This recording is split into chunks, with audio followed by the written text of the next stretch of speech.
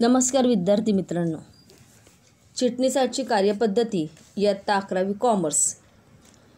आजच्या लेक्चरमध्ये मी तुम्हा सर्वांचे मनापासून स्वागत करीत आहे.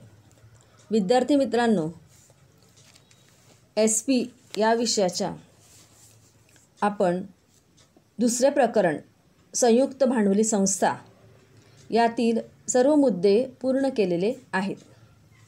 या प्रकरणामध्ये आपण व्यवसाय संस्थांची उत्क्रांती कशी झाली आणि त्यानंतर मग एकल व्यापारी संस्था, एकत्र हिंदू कुटुंब संस्था, भागीदारी संस्था, मर्यादित दायित्व भागीदारी संस्था, सहकारी संस्था आणि संयुक्त भांडवली संस्था म्हणजेच कंपनी या वेगवेगळ्या व्यवसाय संघटन प्रकार कसे अस्तित्वात आले आणि त्यामध्ये काही फायदे आणि तोटे याची आपण सविस्तर चर्चा केलेली आहे.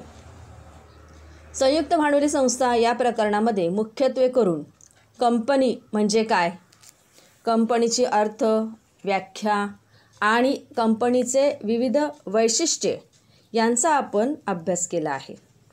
त्याचप्रमाणे कंपनीचे विविध प्रकार जे स्थापनेच्या आधारावर, मालकीच्या आधारावर, जबाबदारीच्या आधारावर, नियंत्रणाच्या आधारावर आणि इतर प्रकार, हे विविध कंपनीचे जे प्रकार आहेत तेही आपण पाहिलेले आहेत.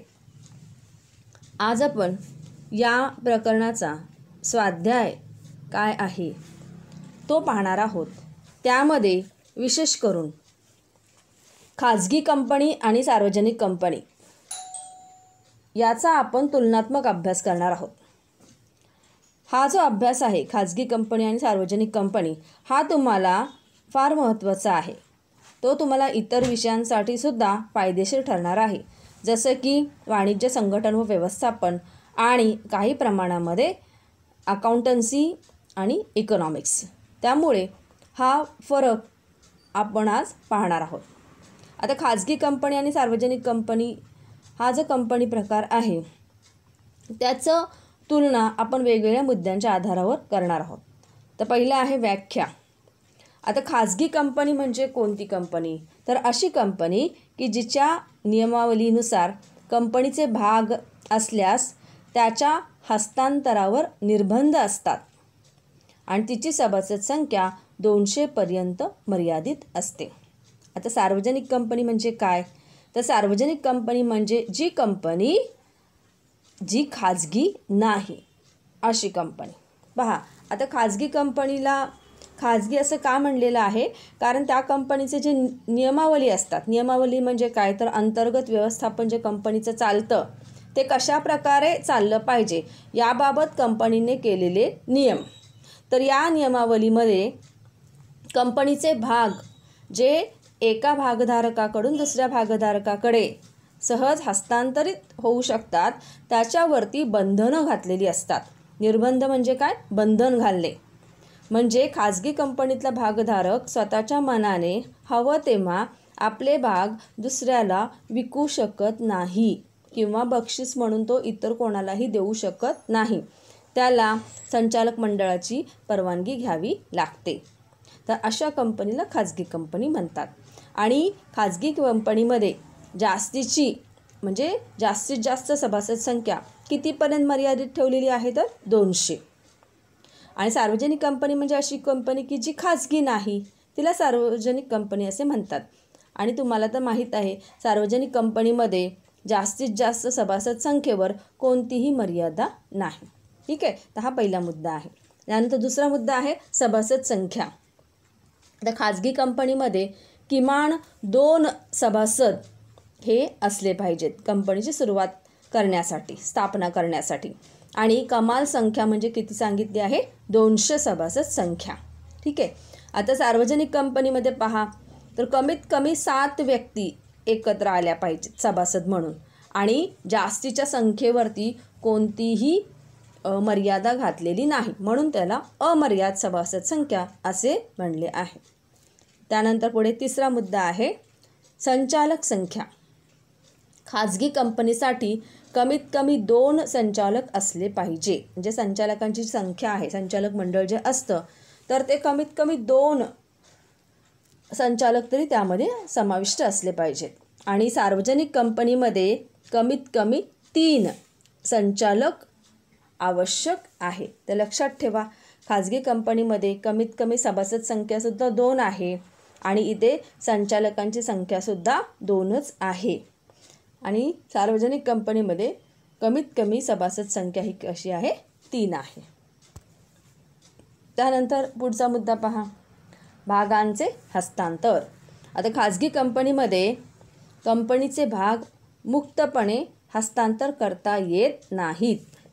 तेच सार्वजनिक कंपनीमध्ये बघा, सार्वजनिक कंपनीचे भाग हे मुक्तपणे हस्तांतर केले जाऊ शकतात. म्हणजे याचा अर्थ असा आहे की खाजगी कंपनीमध्ये भागांचे हस्तांतर करण्यासाठी भागधारकाला मुभा दिलेली नाही, स्वातंत्र्य दिलेलं नाही.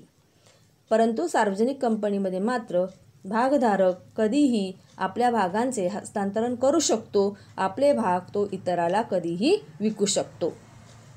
त्यानंतर पुढचा मुद्दा आहे माहितीपत्रक प्रसिद्ध करणे. खाजगी कंपनीला माहितीपत्रक प्रसिद्ध करता येत नाही. आता सार्वजनिक कंपनीच्या बाबतीत काय आहे पाहूया. सार्वजनिक कंपनीमध्ये माहितीपत्रक प्रसिद्ध करूनच भाग विक्रीस काढता येतात. आता माहितीपत्रक म्हणजे कशासाठी केलं जातं, तर अर्थातच जेव्हा भागांची विक्री करून भांडवल उभारणी केली जाते तेव्हा सामान्य लोकांना कंपनीची माहिती देण्यासाठी माहितीपत्रक प्रसिद्ध केलं जातं. परंतु खाजगी कंपनीच्या बाबतीत आपल्याला हे माहीत आहे की खाजगी कंपनीमध्ये सर्वसामान्य लोकांना आवाहन केलं जात नाही की तुम्ही आमच्या भागांची खरेदी करून भांडवल उभारणीसाठी मदत करा, असे आवाहन केलं जात नाही. मुख्यत्वे करून जे मित्रमंडळी, नातेवाईक असे जे लिमिटेड लोक असतात त्यांच्यापर्यंतच ही भाग विक्री केली जाते. आम जनतेला याच्यामध्ये सहभागी केलं जात नाही, म्हणून तिथं माहितीपत्रक प्रसिद्ध करण्याची गरज नाही. परंतु सार्वजनिक कंपनीच्या बाबतीमध्ये मात्र भांडवल उभारणी ही आम जनतेला भाग विक्रीसाठी आवाहन करून केलं जातं, म्हणून तिथं माहितीपत्रक हे प्रसिद्ध करावे लागते. आता पुढे शेवटचा मुद्दा बघा, नावाचा शेवट. खाजगी कंपनीच्या नावाच्या शेवटी खाजगी मर्यादित शब्द लावणे आवश्यक आहे आणि सार्वजनिक कंपनीच्या नावाच्या शेवटी मर्यादित शब्द लावणे आवश्यक आहे. म्हणजे बघा की समजा दिशा इलेक्ट्रिकल्स ही कंपनी असेल आणि ती खाजगी असेल तर तिचं नाव कसं येईल, दिशा इलेक्ट्रिकल्स प्रायव्हेट लिमिटेड. ठीक आहे. आणि जर ती सार्वजनिक कंपनी असेल तर दिशा इलेक्ट्रिकल्स लिमिटेड असं त्या कंपनीचं नाव येणार आहे. तुम्ही ऑब्झर्व करा की ज्या वेगवेगळ्या कंपन्याच आहेत त्यांचे जे बोर्ड्स असतात त्या बोर्डवरती त्या कंपनीचं नाव कशा प्रकारे लिहिलेलं आहे, जसं हिंदुस्तान लिव्हर लिमिटेड, बरोबर. आणि जर प्रायव्हेट कंपनी असेल तर काय शब्द लागायला पाहिजे त्याच्या मागं, प्रायव्हेट लिमिटेड. आपण खूप वेळा ऑब्झर्व केलेलं आहे की PVT डॉट आणि LTD असं लिहिलेलं असतं. PVT डॉट LTD म्हणजे प्रायव्हेट लिमिटेड. आणि ज्या सार्वजनिक कंपन्याच्या आहेत त्यांच्या नावाच्या शेवटी नुसतं LTD असं लिहिलेलं असतं. म्हणजे या नावावरनं आपल्याला ओळखायला येतं की ती कंपनी खाजगी कंपनी आहे की सार्वजनिक कंपनी आहे. ठीक आहे. तर हा झाला खाजगी कंपनी आणि सार्वजनिक कंपनीचा तुलनात्मक अभ्यास की जो तुम्हाला अतिशय महत्त्वाचा आहे. आता आपण या धड्याचा स्वाध्याय बघूया. यामध्ये पहिला प्रश्न आहे, खाली दिलेल्या पर्यायामधून योग्य पर्याय निवडून वाक्य पुन्हा लिहा. आता पहिलं बघा वाक्य, सार्वजनिक कंपनीच्या भागधारकांची जबाबदारी डॅश असते. ऑप्शन्स दिलेले आहेत तुम्हाला, मर्यादित, अमर्यादित, वैयक्तिक, सामूहिक.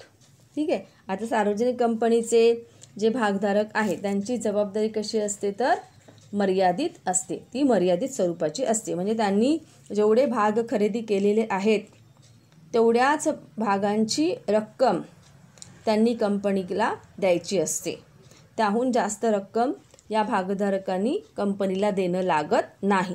म्हणून भागधारकांची जबाबदारी कशी आहे? मर्यादित स्वरूपाची आहे. पुढचं वाक्य पहा. सहकारी संस्थेत किमान सभासद संख्या डॅश असते. ऑप्शन्स दिलेले आहेत 10, 20 आणि 50.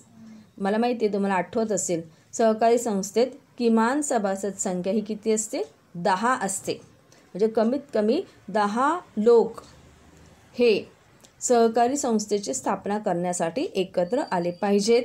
मग त्यांना एका समान हेतूच्या पूर्ततेसाठी सहकार कायद्याअंतर्गत सहकारी संस्था स्थापन करता येते. म्हणून कमीत कमी 10 लोक तरी एकत्र आले पाहिजे. किमान सभासद संख्या ही 10 आहे आणि जास्तीच्या संख्येवरती इथे सुद्धा कोणतीही मर्यादा नाही. त्यानंतर तिसरं पहा. कंपनीचे दैनंदिन व्यवस्थापन पाहण्यासाठी डॅशची निवड भागधारकाचे प्रतिनिधी म्हणून केली जाते. ऑप्शन्स आहेत चिटणीस, संचालक, अंकेक्षक. आता कंपनीमध्ये मालकी आणि व्यवस्थापन हे वेगळं वेगळं आहे. हे आपण त्याचं वैशिष्ट्य पाहिलेलं आहे. कंपनीचे मालक कोण असतात? तर भागधारक, बरोबर. मग त्यांना कंपनीचे व्यवस्थापन करण्यासाठी दुसऱ्या कोणाची तरी निवड करण्याची का गरज पडते? याचं कारण असं आहे की भागधारकांची संख्या ही असंख्य असते. स्पेशली सार्वजनिक कंपनीच्या बाबतीमध्ये आपण पाहिलेलं आहे, जास्तीच्या सभासद संख्येवरती कोणतीही मर्यादा नाही. म्हणजे इथं भागधारक हे प्रचंड प्रमाणात असतात, पण हे भागधारक विखुरलेले असतात, इकडे तिकडे असतात ते, बरोबर. मग या भागधारकांना की जे कंपनीचे त्यांनी खरेदी केलेल्या भागांच्या किमती इतकीचे ते मालक असतात, अंशतः मालक असं आपण त्यांना म्हणलेलं आहे. तर हे जे मालक आहेत कंपनीचे भागधारक, ते संख्येने असंख्य असून इतरत्र विखुरलेले असतात. मग या भागधारकांना कंपनीचं रोजचं दैनंदिन कामकाज पाहण्यासाठी जमत नाही. मग कंपनीचा कारभार कसा चालणार? मग त्यासाठी कंपनीचे हे जे भागधारक आहे ते आपल्यातीलच काही लोकांना त्यांचे प्रतिनिधी म्हणून निवडून देतात. आणि हे प्रतिनिधी म्हणजे कोण असतात? तर संचालक. आणि या संचालकांना एकत्रितरित्या संचालक मंडळ, बोर्ड ऑफ डायरेक्टर्स असे म्हणतात. म्हणजे बघा वाक्य कसं येणार आहे. कंपनीचे दैनंदिन व्यवस्थापन पाहण्यासाठी संचालकांची निवड भागधारकांचे प्रतिनिधी म्हणून केली जाते. ठीक आहे. आता पुढचं वाक्य बघा. स्टेट बँक ऑफ इंडिया हे डॅश कंपनीचे उदाहरण आहे. ऑप्शन दिले आहेत चार्टर्ड, वैधानिक आणि विदेशी. आता स्टेट बँक ऑफ इंडिया हे कोणत्या कंपनीचे उदाहरण आहे? आपल्या दुसऱ्या प्रकरणामध्ये कंपनीचे प्रकार आपण पाहिलेला आहे, त्यामध्ये आपण हा भाग बघितलेला आहे की स्टेट बँक ऑफ इंडिया हे वैधानिक कंपनीचे उदाहरण आहे. आता वैधानिक कंपनी म्हणजे कोणती कंपनी? तर ज्या कंपनीची स्थापना लोकसभा किंवा विधानसभेत स्वतंत्र कायदा संमत करून केली जाते, त्या कंपनीस वैधानिक किंवा विशेष कायद्याने स्थापन केलेली कंपनी म्हणतात. तर याचं आणखीन आपल्याला दुसरे उदाहरण देता येईल, ते म्हणजे reserve bank of India, unit trust of India किंवा LIC आयुर्विमा महामंडळ. तर ही वैधानिक कंपनीची उदाहरणे आहेत. त्यानंतर पुढे कंपनी कायदा कलम 2013 परिशिष्ट 8 नुसार नोंदवलेल्या कंपन्या म्हणजे, आता या कोणत्या कंपन्या आहेत की ज्या कंपनी कायदा कलम 2013 आणि परिशिष्ट 8 नुसार नोंदवलेल्या आहेत? तर ऑप्शन्स काय दिलेले आहेत बघा. विदेशी, सरकारी आणि नफ्यासाठी नसलेली कंपनी. तर याचं उत्तर येणार आहे नफ्यासाठी नसलेली कंपनी. म्हणजे या कंपनीचा उद्देश नफा कमवणे हा नसतो. म्हणजे कंपनी कायदा कलम 2013-8 नुसार नोंदवलेल्या कंपन्या म्हणजे नफ्यासाठी नसलेली कंपनी. आता पुढचा प्रश्न बघूया आपण. खालील विधाने पूर्ण करा. आता हा असा प्रश्न आहे की जिथं तुम्हाला पर्याय दिलेले नसतात, तुम्ही उत्तर लिहायचं आहे. जिथं ब्लँक स्पेस आहे तिथे तुम्ही उत्तर लिहायचं आहे. कंपनीची स्थापना कायद्यानुसार होत असल्यामुळे तिला डॅश असे म्हणतात. आता इथे काय येणार आहे उत्तर? कंपनीची स्थापना कायद्यानुसार होत असल्यामुळे तिला नोंदणीकृत असे म्हणतात. म्हणजे ही जी कंपनी आहे तिची नोंद होते म्हणून तिला आपण नोंदणीकृत संस्था असं म्हणतो. ठीक आहे. नंतर पुढे, ज्या कंपनीची नोंदणी स्वतंत्र कायदा संमत करून केली जाते त्या कंपनीस डॅश म्हणतात. आत्ताच आपण पाहिलेलं आहे की अशी कंपनी कोणती आहे की जिच्यासाठी कायदा हा वेगळा पास करावा लागतो. तर अशी कंपनी कोणती आहे? तर वैधानिक कंपनी. जसं आत्ताच उदाहरण पाहिलं, state bank of India, reserve bank of India वगैरे. त्यानंतर तिसरं वाक्य आहे, ज्या कंपनीच्या सभासदांची संख्या ही एकच असते तिला डॅश म्हणतात. आता अशी कोणती कंपनी आहे की जिथं सभासदांची संख्या ही एकच आहे? उत्तर सोपं आहे, प्रश्नातच उत्तर दिलेलं आहे. ती म्हणजे एक व्यक्ती कंपनी. कंपनी कायद्याच्या कलम 2 परिशिष्ट 62 नुसार एक व्यक्ती कंपनी म्हणजे ज्या कंपनीची सभासद संख्या ही एकच असते तिला एक व्यक्ती कंपनी असे म्हणतात. त्यानंतर पुढे, सूचीबद्ध कंपनीने कंपनी कायद्यातील तरतुदीचे आणि डॅशच्या मार्गदर्शन तत्वाचे पालन केले पाहिजे. तर सूचीबद्ध कंपनीने कशाचे पालन केलेलं पाहिजे? तर कंपनी कायद्यातील तरतुदीचे आणि भारतीय प्रतिभूती विनिमय मंडळाने जे मार्गदर्शक तत्व घालून दिलेले आहेत त्याचे पालन केलेले पाहिजे. तर उत्तर काय येणार आहे? भारतीय प्रतिभूती विनिमय मंडळ म्हणजेच SEBI, securities and exchange board of India, याचं हे शॉर्ट फॉर्म आहे सेबी. म्हणजे प्रत्येक शब्दातलं पहिलं अक्षर घेतलेलं आहे. एस फॉर सेक्युरिटीज, त्यानंतर E for exchange, B for board आणि आय फॉर इंडिया म्हणून सेबी. ओके. त्यानंतर लोकसभा किंवा विधानसभेच्या विशेष कायद्याने स्थापन केलेली कंपनी, आत्ताच सांगितलं वैधानिक कंपनी. नंतर पुढचं आहे, संयुक्त भांडवली संस्थेचे भाग विकत घेणारी व्यक्ती टिंब होय. तर त्या व्यक्तीला काय म्हणतात? भागधारक. त्यानंतर पुढे, ज्या कंपनीची नोंदणी भारताबाहेर झालेली आहे परंतु तिचा व्यवसाय भारतात सुरू आहे अशी कंपनी. आता अशी कंपनी की जिची स्थापना किंवा नोंदणी ही भारताच्या बाहेर झालेली आहे परंतु तिचा व्यवसाय मात्र भारतामध्ये सुरू आहे अशा कंपनीला काय म्हणतात? तर विदेशी कंपनी. कंपनी कायदा कलम 2 परिशिष्ट 42 नुसार ज्या कंपनीची नोंदणी ही भारताबाहेर झालेली आहे परंतु तिचा व्यवसाय मात्र भारतात सुरू आहे अशी कंपनी कोणती असते? विदेशी कंपनी. जसे उदाहरणार्थ Nestle India limited, Bata India limited, Whirlpool corporation ही याची उदाहरणे आहेत. आता आपण पुढचा प्रश्न घेऊया. खालील विधाने बरोबर की चूक ते लिहा. तर इथं तुम्हाला फक्त ते विधान बरोबर आहे की चूक आहे एवढंच लिहायचं आहे. पण उत्तर लिहिताना तुम्ही वाक्यसुद्धा लिहायचं आहे. वाक्य लिहून खाली त्याचं उत्तर लिहायचं आहे. नुसतंच चूक बरोबर असं लिहू नका. तर ही सवय ठेवा तुम्हाला की पूर्ण वाक्य लिहायचं आणि त्याच्यानंतर त्याचं खाली उत्तर लिहायचं. ठीक आहे. आता पहिलं बघूया. संयुक्त भांडवली संस्था ही अनेक व्यक्तींची ऐच्छिक संघटना आहे. अर्थातच आपण संयुक्त भांडवली संस्थेची वैशिष्ट्य पाहिलेली आहे. त्यामध्ये आपण बघितलं आहे की संयुक्त भांडवली संस्था हे एक ऐच्छिक संघटन आहे. ऐच्छिक संघटन म्हणजे इथे लोक स्वतःच्या मनाने एकत्र येतात.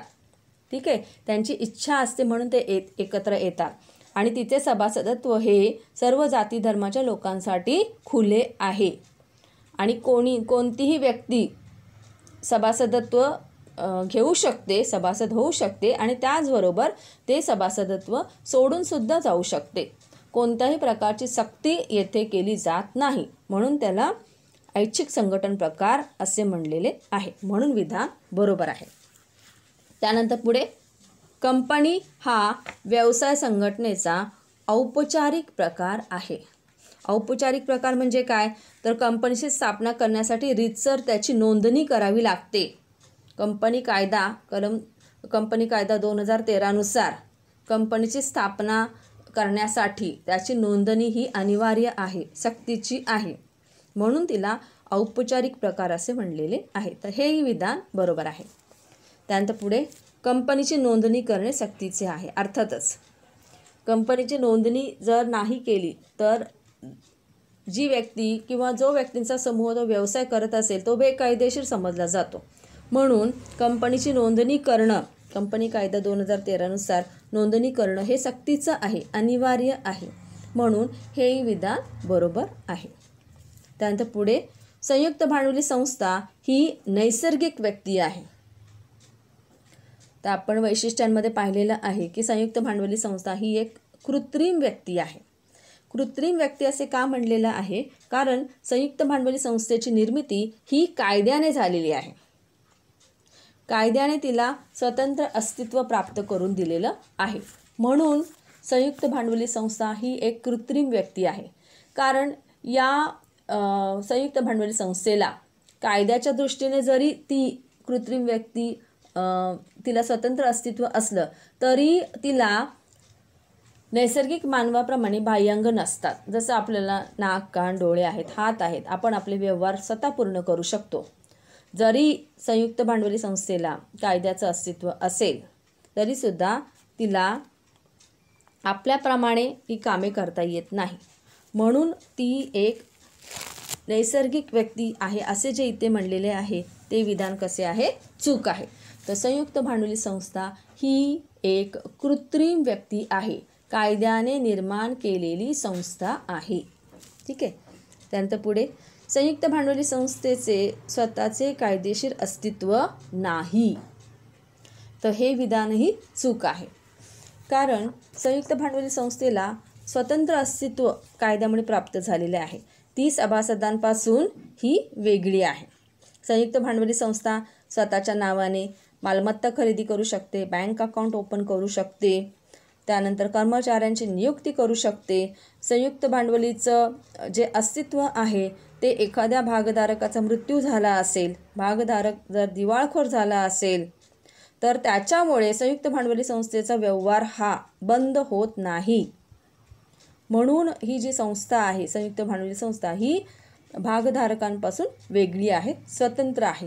तिला कायदेशीर अस्तित्व प्राप्त झालेले आहे. म्हणून हे विधान चूक आहे. पुढे सार्वजनिक कंपनीच्या भागधारकांची जबाबदारी मर्यादित असते. अगदी बरोबर. तर हे विधान बरोबर आहे. कारण संयुक्त भांडवली संस्थेच्या भागधारकांची जबाबदारी ही मर्यादित स्वरूपाची असते. भागधारकाने खरेदी केलेल्या भागांच्या दर्शनी मूल्या इतकीच ती असते. ठीक आहे. आणि कंपनीची देणी देण्यासाठी सुद्धा भागधारकाच्या वैयक्तिक मालमत्तेचा वापर केला जात नाही. म्हणून कंपनीच्या भागधारकांची जबाबदारी ही मर्यादित स्वरूपाची आहे असे म्हणलेले आहे. म्हणजे जेवढ्या रुपयांचे भाग एखाद्या भागधारकाने खरेदी केलेले असतात तेवढेच पैसे त्या भागधारकाने कंपनीला द्यायचे असतात. मग कंपनीला कितीही कर्ज झालेलं असेल, कंपनीची कितीही देणी असतील तर ती देणी देण्याची जबाबदारी ही भागधारकाची नाही. म्हणून भागधारकाची जबाबदारी ही मर्यादित स्वरूपाची आहे असे म्हणले जाते. त्यानंतर पुढचं वाक्य पहा. कंपनीस दीर्घकाळ टिकणारे सातत्यपूर्ण आयुष्य आहे. आपण कंपनीचे वैशिष्ट्यामध्ये हा भाग पाहिलेला आहे की कंपनीला चिरंतन काळ अस्तित्व असे. चिरंतन काळ म्हणजे काय? की खूप दीर्घकाळ टिकणारे. म्हणून हे वाक्य कसे आहे? बरोबर आहे. आत्ता जसं मी तुम्हाला सांगितलं की कंपनीचे अस्तित्व हे भागधारकांवरती अवलंबून नाही. संयुक्त भांडवली संस्था ही कायद्याप्रमाणे अस्तित्वात आल्यामुळे तिला चिरंतन काळ टिकणारे आयुष्य लाभलेले आहे. कायद्याने ती बंद झाल्यानंतरच म्हणजे तिचे व्यवहार बंद झाल्यानंतरच तिचे अस्तित्व संपुष्टात येते. भागधारकाचा मृत्यू, दिवाळखोरी इत्यादीमुळे तिच्या आयुष्यावर कोणताही परिणाम होत नाही. म्हणून कंपनीला कायमस्वरूपी स्थिरता लाभलेली आहे. आता पुढचं वाक्य पहा. 8. संयुक्त भांडवली संस्थेमध्ये मालकी व व्यवस्थापन वेगळे नाही. वेगळे नाही असे म्हणलेले आहे. तर आपण पाहिलेलं आहे वैशिष्ट्यामध्ये की संयुक्त भांडवली संस्थेमध्ये मालकी व व्यवस्थापन याचे विभक्तीकरण करण्यात आलेले आहे. विभक्तीकरण म्हणजे वेगळे वेगळे आहेत, म्हणून हे वाक्य कसे आहे, चूक आहे. संयुक्त भांडवली संस्थेमध्ये मालकी व व्यवस्थापन हे वेगवेगळे असते. तर कंपनीचे खरे मालक कोण आहेत, तर भागधारक आहेत. आणि कंपनीचा जो दैनंदिन कारभार कोण बघतं, तर संचालक मंडळ बघतं. म्हणजे बघा, दोन्ही वेगळे आहेत, भागधारक आणि संचालक मंडळ. म्हणजेच इथे मालकी व व्यवस्थापन हे वेगळे वेगळे झालेले आहे. तर असं का केलेलं आहे, जसं आपण मगाशी चर्चा केली आहे की भागधारकांची संख्या ही असंख्य असते. ते अनेक ठिकाणी विखुरलेले असतात. भागांचे हस्तांतरण झाल्यामुळे भागधारकांच्या संख्येमध्ये नेहमी बदल होत असतो. मग कंपनीचे दैनंदिन कामकाज कसे चालणार, मग यासाठी भागधारक आपले प्रतिनिधी निवडतात आणि या प्रतिनिधींना एकत्रितरित्या संचालक मंडळ असे म्हणतात. तर या संचालक मंडळामार्फत कंपनीचे दैनंदिन कामकाज पाहिले जाते. तसेच व्यवसायाबाबतची ध्येय धोरणे सुद्धा हे संचालक मंडळ ठरवतात. म्हणून संयुक्त भांडवली संस्थेमध्ये मालकी व व्यवस्थापन हे वेगवेगळे आहे. मालकी ही भागधारकांकडे आहे, तर कंपनीचे व्यवस्थापन संचालक मंडळ पाहते. आता पुढचं, संचालक मंडळ कंपनीचे व्यवस्थापन करते. अगदी बरोबर, जसं की आत्ताच आपण चर्चा केली की कंपनीचं व्यवस्थापन कोण बघतं, तर संचालक मंडळ. तर कंपनीचं जो रोजचं कामकाज आहे ते या संचालक मंडळामार्फत चालवले जाते आणि कंपनीची ध्येय धोरणे, महत्त्वाचे निर्णय, त्याची अंमलबजावणी, त्यानंतर कंपनीमधला सगळा जो अधिकारी वर्ग आहे, कर्मचारी वर्ग आहे, तो व्यवस्थित आपले काम करतो की नाही, हे सर्व पाहण्याचं काम संचालक मंडळ करत असतात. कारण कंपनीचे खरे मालक जरी भागधारक असले तरी ते पूर्ण देशामध्ये इतरत्र सर्वत्र ते विखुरलेले असतात, वेगवेगळ्या ठिकाणी ते राहणारे असतात. त्यामुळे त्यांना रोजच्या रोज कंपनीमध्ये येऊन ते कामकाज पाहणे शक्य नसते. म्हणून मग ते आपले प्रतिनिधी निवडतात, त्यांना संचालक असे म्हणतात आणि या संचालकांना एकत्रितरित्या संचालक मंडळ असे म्हटले जाते. तर प्रत्यक्षपणे कंपनीचं दैनंदिन कामकाज हे संचालक मंडळ पाहते आणि हे जे ते पूर्ण व्यवस्थापन करत असतात संचालक मंडळ, त्यामुळे कंपनीचे कामकाज हे खऱ्या अर्थाने व्यवस्थित चालू असते.